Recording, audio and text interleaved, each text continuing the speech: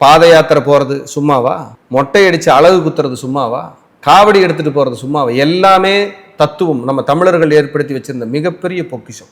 எவ்வளவு பெரிய சிக்கல்களாக இருந்தாலும் நீங்க காவடி எடுத்துட்டு போனீங்கன்னா உங்க கஷ்டம் தீரும். நீங்க கடன் வாங்கி இருந்தாலும் சரி, கோர்ட்டு கேஸ் வழக்கு இருந்தாலும் சரி, உங்களால வாழ்க்கையில ஜெயிக்க முடியலன்னு ஃபீல் பண்ணிட்டு இருந்தாலும் சரி, உங்களால நான் ஜெயிச்சு கடனை அடைச்சு இந்த சமுதாயத்தில் ஒரு நல்ல மனிதனை வளம் வர முடியலன்னு சொன்னாலும் சரி, காவடி எடுத்துக்கொண்டு பாத யாத்திரையாக சென்று முருகனிடம் சமர்ப்பித்து வழிபட்டு வந்தால் நீங்கள் நிச்சயம் நல்லா இருப்பீங்க.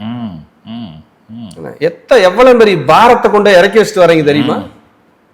அத்தனை பாரத்தையும் முருகன் அப்பன் வாங்கிக்கிறான் சார், முருகப்பெருமான் வாங்கிக்கிறாரு சார். மனிதர்களை என்ன சோர்ந்து போக விடுறாரா? நம்ம ஒழுக்கமா ப்ராப்பரா போறதில்ல, விரதங்கள் கடைபிடிக்கிறது இல்லை. ஏன் பச்சை வஸ்திரம் முருகருக்கு உகந்தது? பச்சை சாத்துதல்னே ஒண்ணு ஏன் திருச்செந்தூர்ல நடக்குது? குபேர வசியம் முருகன். என்ன வசியம்? குபேர வசியம். நீ பொருளாதாரத்துக்காக கஷ்டப்படுறியா? என்ன வந்து பார், வாழ்வாதாரத்துக்காவது வாழ வைக்கிறதுக்கு உனக்கு பணம் வந்து சேர்றதுக்கு நாம் பொறுப்புங்கிறார் சார் முருகப்பெருமான். முருகருங்கிறது ஒரு தனி சக்தி சார். அருமை சார்.